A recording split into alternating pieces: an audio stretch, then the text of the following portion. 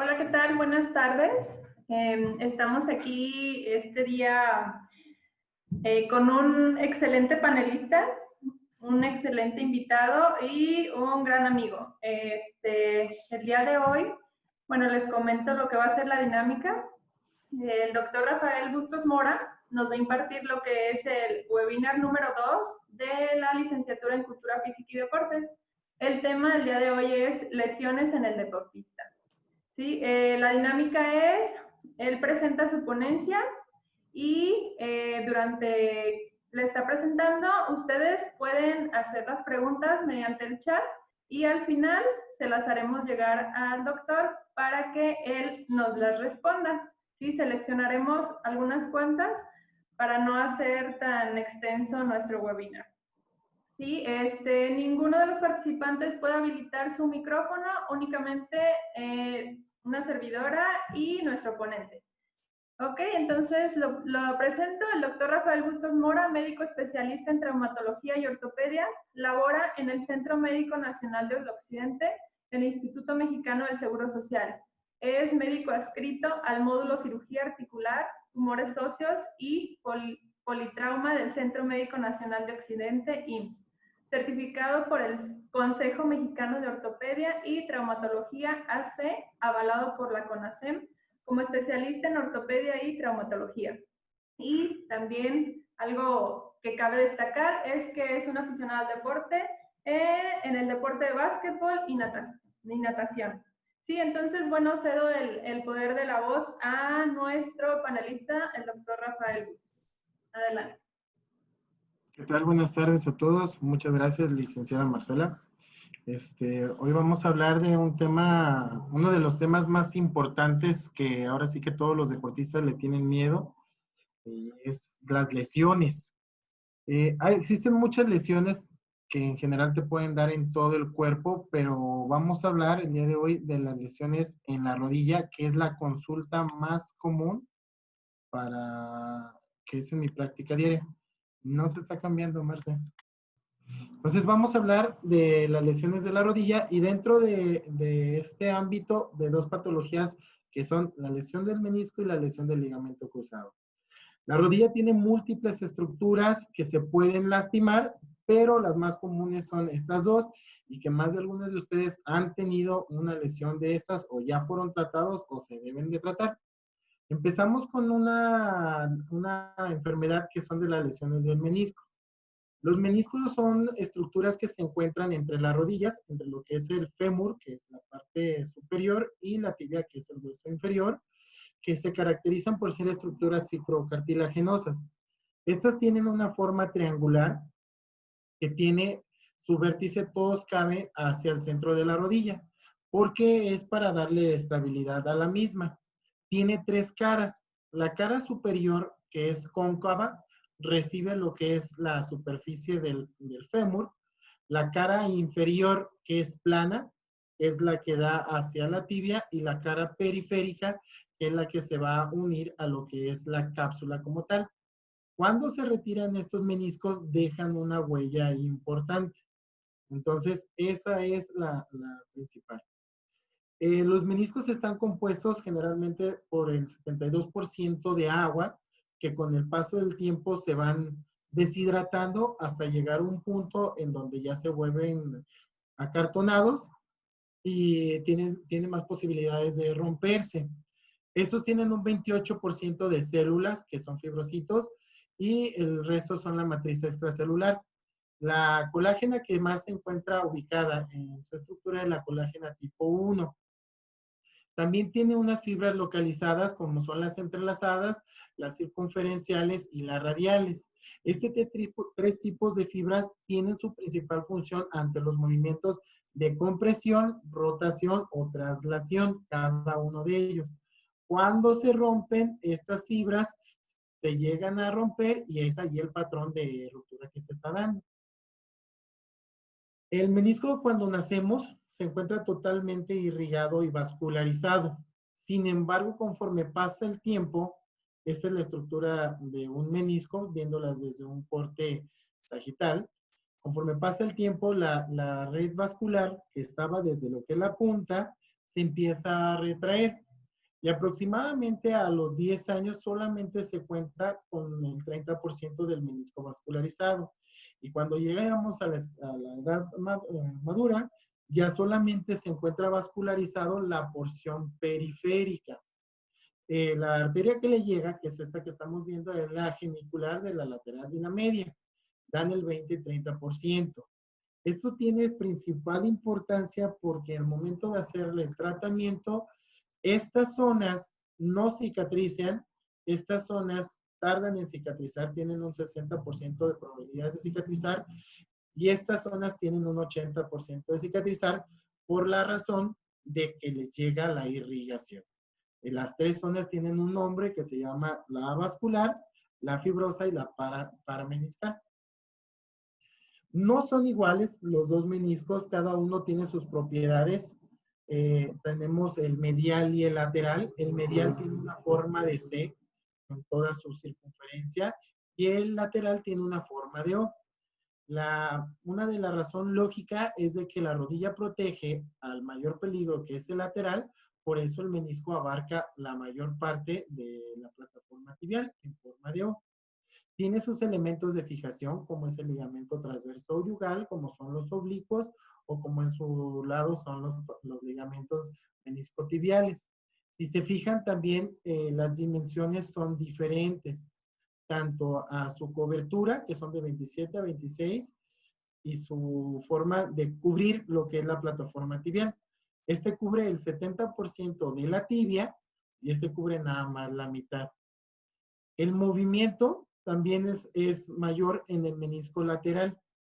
Este se llega a mover hasta 1 centímetro de hacia adelante, de anterior a posterior, y este nada más se llega a cubrir hasta 0.5 milímetros.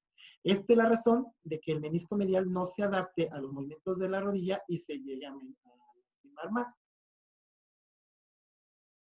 Dentro de la fisiología de la articulación, si ustedes se pueden percatar, la superficie tibial está totalmente plana y la superficie femoral es como un redondo. Entonces, si nosotros adaptamos un redondo a algo plano, este tiende a tener muy poco contacto en la superficie plana. Pues el menisco hace que se haga concorde y tenga mayor contacto el fémur con la tibia, formando un anillo. Siempre y cuando estos meniscos en su periferia hagan los movimientos de adaptación. Cuando un movimiento del fémur o de la tibia es forzado a algo más de lo fisiológico, es cuando no se adapta el menisco al movimiento y cuando empiezan a tener rupturas meniscales. Entonces, ¿cuáles son las funciones del menisco? Las funciones son básicas. Amortigua los impactos cada vez que se van a correr. El menisco es el que absorbe el impacto del fémur con la tibia. Aumenta la superficie de contacto, como están viendo en esta imagen. Simplemente el fémur tendría contacto en esta zona y ya con el menisco tenemos un contacto de casi el 60% del cóndilo, del 60 al 80%. Aumenta la congruencia articular, absorbe los impactos, distribuye el peso, sino el peso del fémur cae exactamente aquí y le da estabilidad y nutre al cartílago. También está inervado por nervios periféricos meniscales que le dan la sensación de propiocepción. Es el que nos va a decir cuando la rodilla gira para adentro, cuando la rodilla gira para afuera. Esto tiene demasiada importancia porque cuando hacemos un tratamiento es el objetivo la preservación del menisco, porque si no, el paciente o el deportista estará teniendo pérdida de la sensación de la rodilla y pérdida también del contacto y pérdida de todas estas funciones que están teniendo que conllevarán a un desgaste de rodilla mucho más rápido. ¿A quién les pasa eso? Gracias a Dios, les pasa a cualquier edad, y digo gracias a Dios porque de eso tengo chamba, pero es más común en menores de 30 años, que son los que más se someten a actividades deportivas a alto impacto o simplemente son los que juegan más fútbol y básquetbol, que son los deportes que más lesiones meniscales nos dan, ¿no?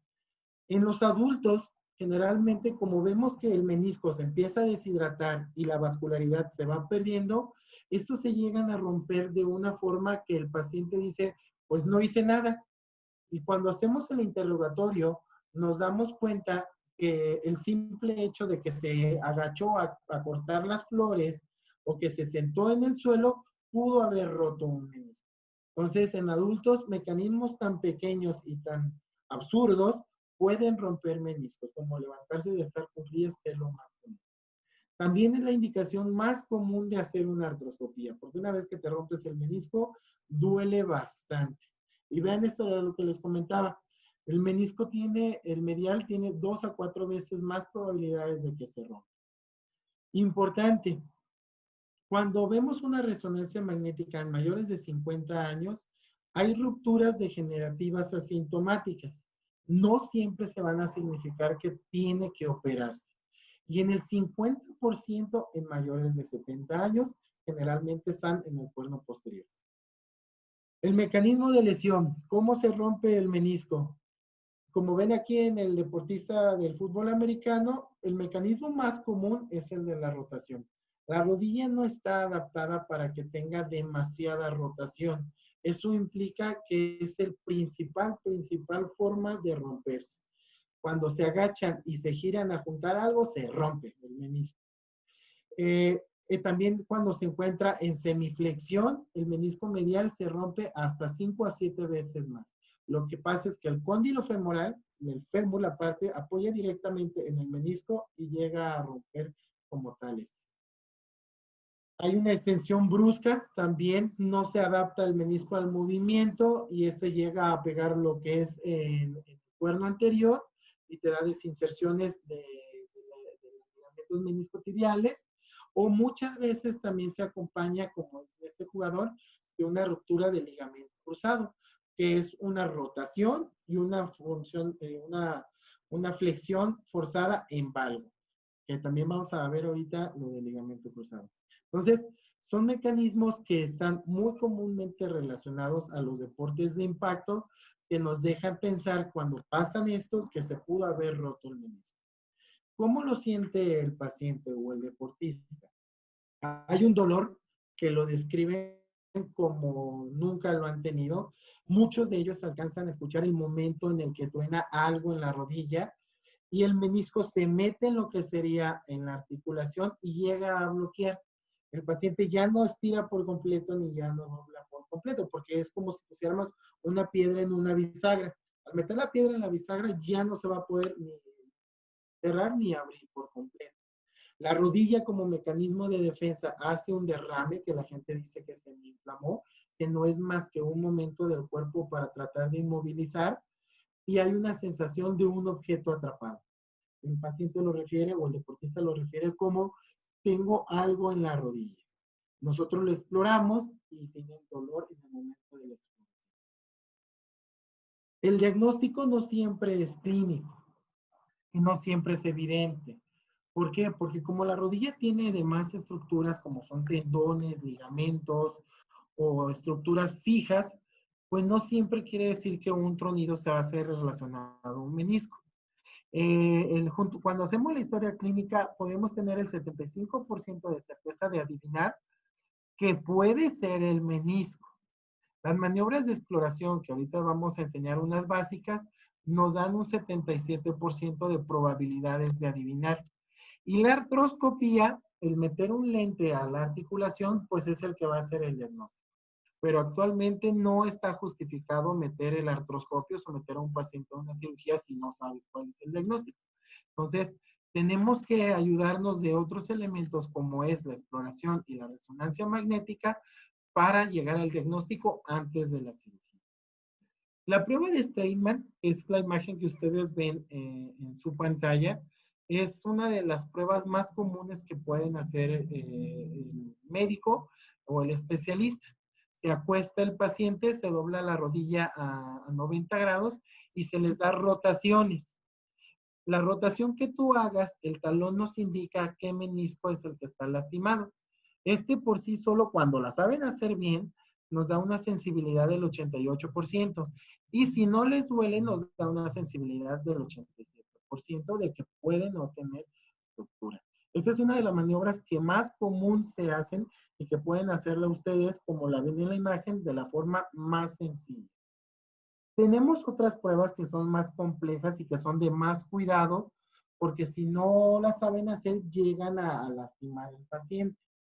Estas pruebas son la de Aplec, McMurray, Tesalí, Arco, Eges y Braga.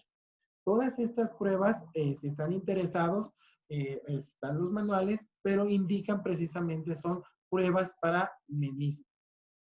Alguien, ya hay un estudio que se puso a ver cuál era la que más sensibilidad y especificidad tenía y llegaron que era la de Tesalí. Esa la voy a explicar. La de Tesalí es esta que ven ustedes acá que estoy señalando. ¿Sí se ve que estoy señalando o no? Sí. Estas, que es hacer una flexión de la rodilla de 20 grados y hacer que el paciente gire sobre su rodilla. Es la prueba que más especificidad tiene porque es cuando mayor contacto y estrés tiene en los meniscos. Claro, una prueba nunca hace un diagnóstico, ¿vale? O sea, si tienen Tesalí y tienen McMurray y tienen Apley y tienen Arco y tienen Steinman 1, Steinman 2, pues son más puntos a favor de una ruptura meniscal. De ahí nos apoyamos mucho más en la resonancia magnética. Lamentablemente, en las radiografías simples no se alcanza a percibir cuando hay una ruptura meniscal. Es por eso que muchos pacientes nos dicen, no, me voy directo a la resonancia magnética y decimos, ¿si sospechas de un menisco? Sí. ¿Por qué? Porque vemos que tiene una sensibilidad del 93% y una especificidad del 62%. Solamente que esto depende mucho de quién la está observando. Médicos que no tienen práctica de ver resonancias magnéticas de rodilla pueden confundir la trama vascular con una ruptura y dar malos diagnósticos. Por eso que tienen que ir con el especialista. Y fíjense nada más, cuando sumas una exploración física positiva de sospecha de menisco más una resonancia magnética positiva, estamos hablando que tenemos una sensibilidad del 96% y una especificidad del 90%. Entonces, es muy importante acudir con alguien especialista para que haga un buen diagnóstico que pueden hacer. ¿Cómo se ve? Igual ustedes no se van a ser expertos, pero básicamente en una resonancia magnética se ve una línea que rompe el menisco en corte sagital o en corte coronal o en corte axial. Entonces, tenemos que buscar este signo que ustedes están viendo en las lesiones de menisco. Pero este signo muchas veces no es tan evidente y es donde depende de la destreza del traumatólogo poder llegar a un diagnóstico preciso.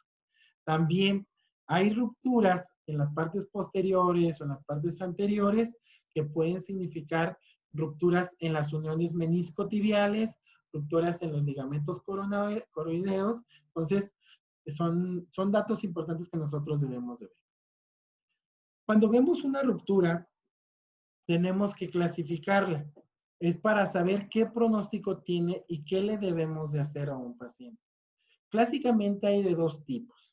Las verticales, que son estas que ustedes están viendo, y las horizontales. Ven aquí, estas son la subclasificación de cómo son las rupturas verticales, cómo es una asa de cubo, cómo son las asas de los baldes, cómo son dobles, que son complejas, estas que se abren su longitud, las de pico del oro, ruptura horizontal, en fin. Hay muchas que se... Doctor, perdón por interrumpirlo. Una alumna me comenta que a qué te refieres con sensibilidad y especificidad. Probablemente te ayude de aquí en adelante en algunas otras diapositivas. Sí, la sensibilidad es la prueba cuando salen positivos de que sean certeros positivos. O sea, si te duele, es probable que sí traigas la lesión. Y especificidad es lo contrario. Cuando haces la prueba y no te duele, es el porcentaje de que no traigas la lesión. ¿Va? Eso lo pueden ustedes encontrar muchísimo en trabajos de investigación, sensibilidad y especificidad. Pero básicamente es eso. La sensibilidad es las veces que sales positivo para que sí traigas y la especificidad es las veces que sales negativo para que no traigas. Estos son los tipos de ruptura y ya las que se combinan las rupturas ya se les llaman complejas. Y las complejas generalmente ya son las degenerativas. El tratamiento, no todas las rupturas como tal son quirúrgicas. Tiene que ver mucho la edad. No es lo mismo tratar a un niño de 7 años, que generalmente no se rompen, pero pues es ejemplo, que a una persona de 80 años con una ruptura de menisco. Las condiciones clínicas no es lo mismo tratar un deportista amateur, un deportista profesional o un deportista que apenas está en el deporte. ¿Por qué? Generalmente el que es deportista de fin de semana, pues no se va a someter a mucho estrés y una ruptura puede ser conservadora. Aunque no deben de ser deportistas de fin de semana por el ámbito de salud, pero pues ese es un ejemplo. Los deportistas profesionales, ahorita vamos a ver el tratamiento, pero ellos se tratan de manera diferente. Una ruptura de menisco en un deportista profesional puede estar parado ese deportista de 6 a 8 meses si se llega a reparar. Entonces, ellos cambian la forma de tratarlo, ¿va?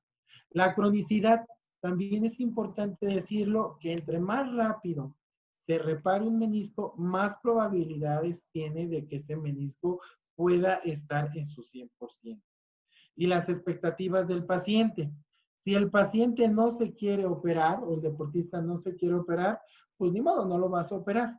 Pero si el paciente dice, doctor, pues yo tengo un juego de mucha importancia en 2 meses que yo lo quiero tomar, pues ahora sí que si tú lo suturas no va a llegar a ese juego, entonces tienes que hacer remodelación meniscal para que el paciente pueda, el deportista pueda jugar en 2 meses.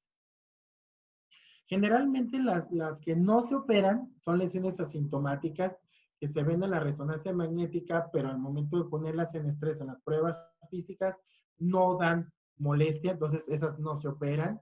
Las lesiones que se encuentran en la zona periférica, que es la roja, la de que le llegan las arterias, esas generalmente llegan a cicatrizar muy bien de manera conservadora. También se les da su oportunidad. Lesiones menores de 1 centímetro se les da la oportunidad, o 5 milímetros también. Y que no causen bloqueo de la rodilla ni inflamaciones de la rodilla. Son las que normalmente se dan conservadoras. De ahí en fuera, todas se operan. Si el paciente le duele y se da el tratamiento conservador y al mes empeora, se opera. Si el paciente tiene bloqueo articular, se opera. Si tiene derrames articulares constantes, se opera. Si son rupturas demostrables, se opera. Y ahí es donde viene lo que es la sutura. Hay criterios actualmente para saber cuándo nos va a ir bien y cuándo reparar un menisco. Miren, este es ya cuando hacemos la artroscopía de menisco, que son básicamente meter una cámara por medio centímetro de la rodilla y meter el otro aparato, que en este caso es el gancho palpador, por otro medio centímetro de la rodilla para ver qué es lo que está pasando. La imagen que ustedes vieron en los dibujos viene representada en esta como el menisco. Y vean cómo aquí hay una ruptura longitudinal, una ruptura sencilla en la zona del tercio para pegarse a la cápsula. Entonces, este tiene buen pronóstico porque básicamente, aquí llegan lo que son las arterias y las venas. Y vean cómo es una ruptura crónica, una ruptura compleja.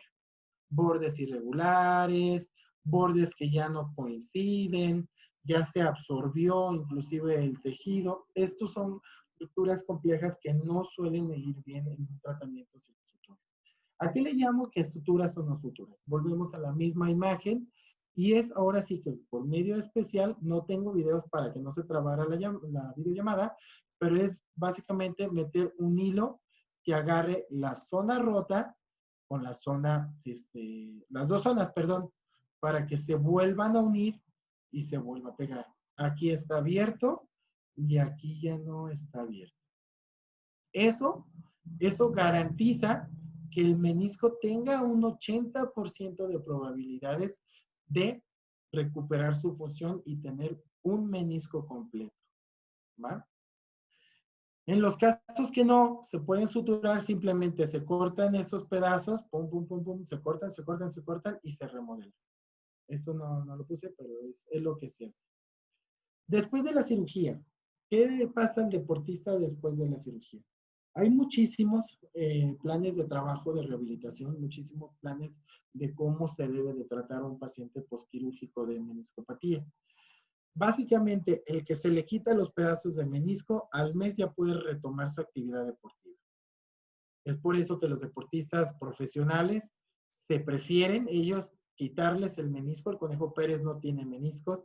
¿Para qué? Para que no estén parados de 4 o 6 meses sin hacer su deporte. Y un deportista profesional, ahora sí que trabaja de eso, come de eso y mantiene a su familia de eso, a él le importa mucho que se regrese a jugar lo antes posible para que no lo den de baja y para que el contrato no se les pierda. Entonces, por eso ellos generalmente se remodelan y al mes ya están de regreso, 2 meses ya están en el deporte. Todos los que se suturan se someten ahora sí a 4 meses de vigilancia. Como por ejemplo aquí viene una lesión estable, que es como la que vimos nosotros, pueden caminar con una rodillera en extensión inmediatamente. Solamente se les pide que no flexionen o no tengan flexión forzada para no romper esa sutura. Las lesiones inestables o que requieren más de un punto de sutura o más de una sutura, se les conocen como inestables. Son como las rupturas de raíz, del menisco, radiales o nasa de curvo. Estas generalmente se evita que caminen con la pierna 6 semanas y empezamos a doblarla poco a poco. Tenemos que tener 8 semanas de protección, que son 2 meses, y después de esos 2 meses meterlos a una rehabilitación vigilada específica para que no vayan a lastimarse. En este caso sería todo lo de menisco. No sé si licenciada Marcela quiere que siga concursado o hacemos preguntas. Tenemos algunas preguntas. Si gustas, te las voy haciendo, ¿sale? Preguntan que cuáles son las lesiones en la ingle y qué pronóstico tienen. Las lesiones de la ingle son lesiones de la articulación de la cadera. Y esa igual, pues si quieren ya en otra plática podemos hablar de las más comunes de lesiones en deportistas de las caderas, que puede ser por un choque femoroacetabular, puede ser un desgarro del psoas, puede ser un desgarro del pectíneo, pueden ser muchas cosas que los deportistas generalmente se lesionan. Ok, me imagino que tienen diferentes pronósticos cada una de Sí, ellas, ¿verdad? Ok, sí. entonces Rupturas del labro también. queda pendiente. Otro alumno comenta qué estudios es el que se realiza para conocer el estado de las rodillas o meniscos. En la resonancia magnética. Ok, y menciona sobre algún suplemento o alimento probado que ayude a prevenir el desgaste de rodillas o cartílagos. No sé. No hay ningún desgaste, simplemente son los chequeos a tiempo y tomar medidas a tiempo de acuerdo a cómo se van haciendo. Infiltraciones o suplementos no han sido demostrados científicamente que puedan ayudar. Las células madre tampoco, ¿eh? Ok, perfecto, muy bien. Y una última, menciona un alumno que tiene mucho tiempo con un dolor en las rodillas provocado mayormente por lesiones deportivas. Dice que ha estado en rehabilitación, pero aún lo padece y que le han dicho que, bueno, que le sigue molestando porque su lesión se encuentra mayormente en la cadera, que si eso puede ser posible. Sí, las lesiones de cadera se reflejan en la rodilla por el nervio femoral. Pero si ya se checó a ese estudiante y le han dicho que es la cadera, pues que le estudien la cadera. Pues a ver qué trae. Puede traer rupturas de labro, rupturas de cartílago, choque femoroacetabular. Muchas cosas pueden hacer en la cadera, pues. O sea, no es precisamente algo como específico. Ok, Nada más sí acude con un especialista que sepa bien qué es lo que le está pasando a tu rodilla y a tu cadera. ok, perfecto. Entonces ya ahí está el dato. Y preguntan que si se puede regenerar el cartílago. No. No, ok, perfecto. De hecho, fue el mismo alumno. Entonces, bueno, creo que ya por ahorita quedan Hay trasplantes del cartílago, pero de regeneración del cartílago no. Ok, entonces creo que quedan resueltas esas preguntas y podemos continuar. Seguimos con lo que serían las rupturas del ligamento cruzado. El ligamento cruzado, ¿por qué tomar esta decisión de hablar del anterior y no del posterior? Se lesiona más comúnmente el ligamento cruzado anterior y yo creo que más de alguno ya ha tenido contacto de un amigo, un deportista que conozcan, algo que se ha roto el cruzado anterior. Es un tejido de colágeno tipo 1, que es el que estoy señalando en esta ocasión. Es el que está por adelante de la rodilla y este es el ligamento cruzado posterior. Si retomamos unos fundamentos de la anatomía, pues este sabemos que es el fémur y este sabemos que es la tibia. Su longitud puede ser desde los 2 a los 4 centímetros y lo ancho puede medir hasta 12 milímetros. Si se dan cuenta por qué se llaman cruzados, es por la razón de que tanto con el posterior y el anterior hacen una X, por eso se le llaman ligamentos cruzados. El origen va en la porción lateral del cóndilo del fémur hasta la porción medial de la tibia, ¿vale? La función es el principal ligamento que le otorga la estabilidad a la rodilla.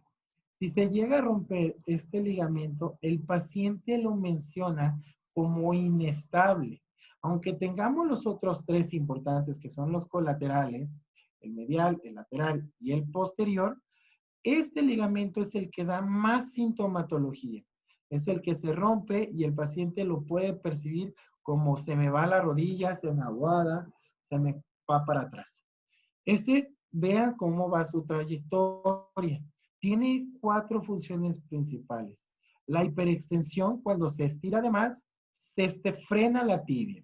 La rotación interna también lo frena.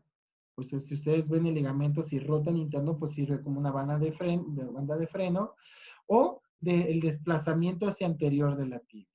También las deformidades en varo, que es cuando la rodilla se hace para adentro o para afuera, también ayuda.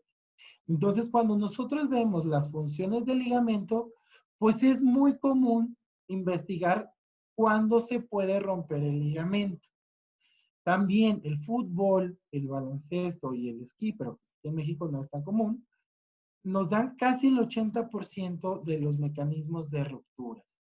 Puede estar dado por un golpe de lado, una parada de ir corriendo y te frenas en seco y giras, haces la rotación y la flexión, entonces puedes romperla. Al aterrizar de un salto forzado lo puedes romper. Al patear un balón, cuando se hace una hiperextensión, la tibia logra hacer más de su rango, entonces también se puede romper.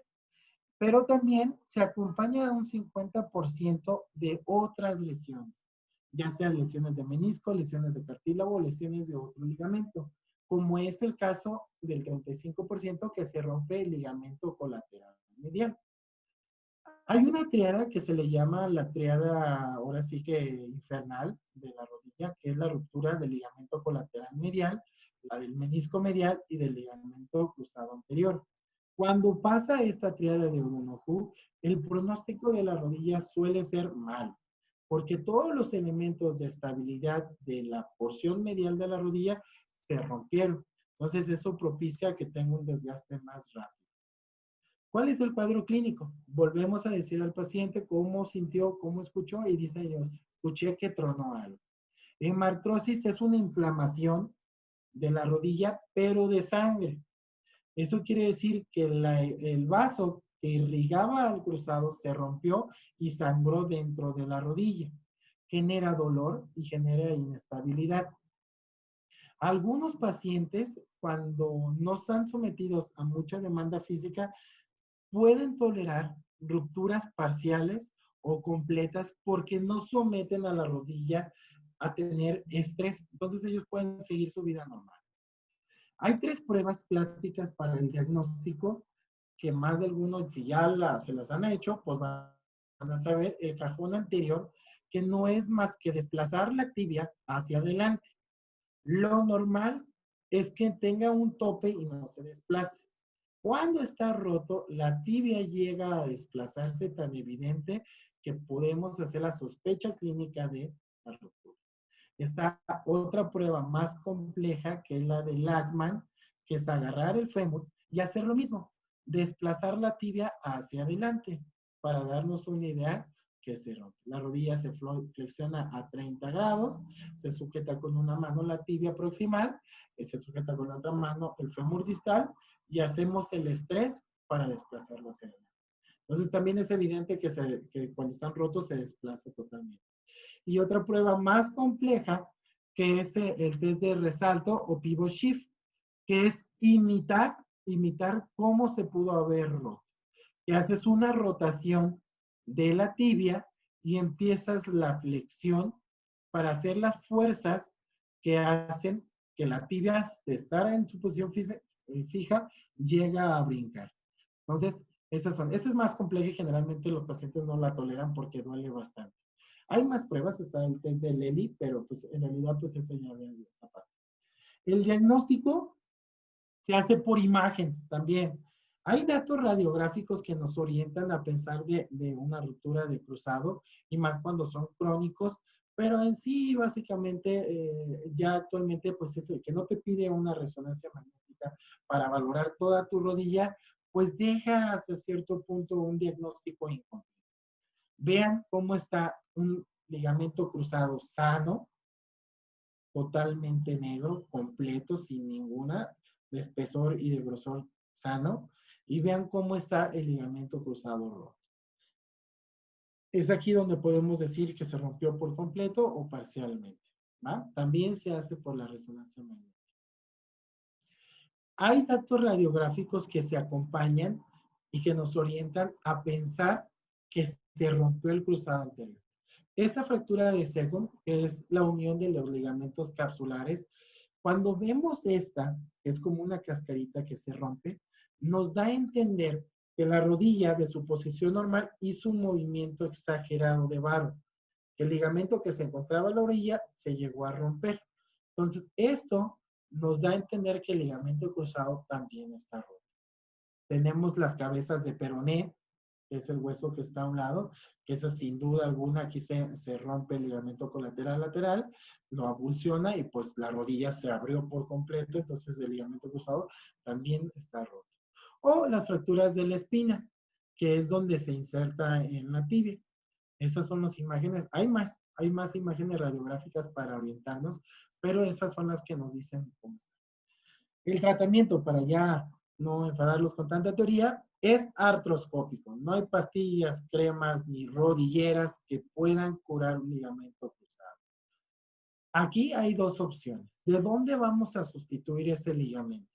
Está los tendones mismos ahora sí que los tomamos de la pata de ganso, que si recordamos un poquito de la anatomía, se hace una incisión de 3 centímetros, se prepara el injerto, que son los tendones, y se llega a colocar. Estos son los tendones para hacer la plastía de cruzado, como ven aquí, que se cruza totalmente.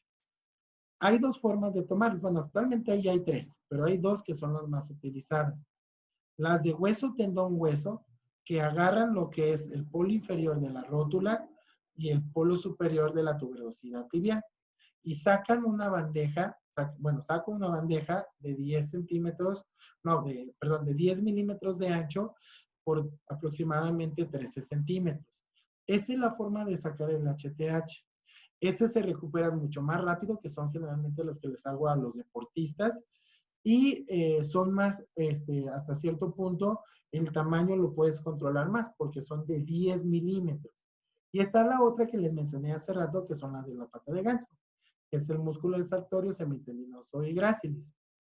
Aquí tomamos lo que es el sartorio y el gracilis, tomamos esos tendones y hacemos la imagen que vimos en esta ocasión, que son estos tendones que vemos de esta forma, por una incisión pequeña. Igual ya el procedimiento quirúrgico pues es mucho más complejo y requiere más técnica que algo tan sencillo así.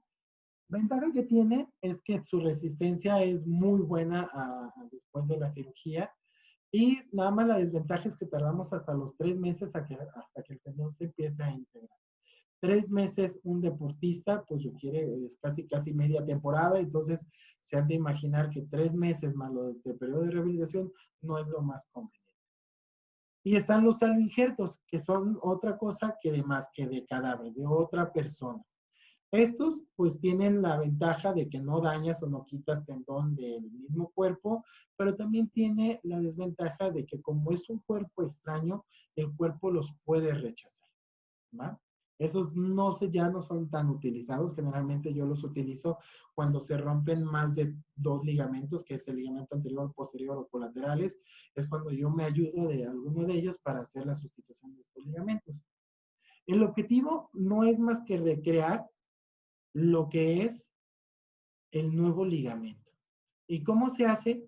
Pues miren aquí. Esta es una imagen por artroscopía, donde ya no está el cruzado, y por medio de brocas y de agujas podemos hacer los túneles, estos túneles que ustedes ven aquí en el hueso, para hacer la sustitución, ya sea con el de hueso, tendón, hueso de la rótula o el semitendinoso, que son estos, y sustituir el ligamento como se ve. Es un ligamento que queda tenso, es un ligamento que sustituye, nunca reemplaza, porque nunca va a tener la misma calidad o la misma sensibilidad que el ligamento normal, pero llega a sustituir el ligamento. Después de la cirugía, tenemos una semana de reposo absoluto, nada más con unos TENS, que es la estimulación, elevación, crioterapia. Después de la segunda semana empezamos a apoyar poco a poco. A la tercera semana ya empezamos con bicicleta, con ejercicios de piscina, seguimos con los TENS. A la quinta semana ya le metemos un poquito de peso, y a la séptima y a la 10ª semana ya empiezan a correr, siempre y cuando evolucionen bien y tengan una rehabilitación adecuada. Generalmente tardan hasta las 12 semanas en volver a una vida cotidiana normal.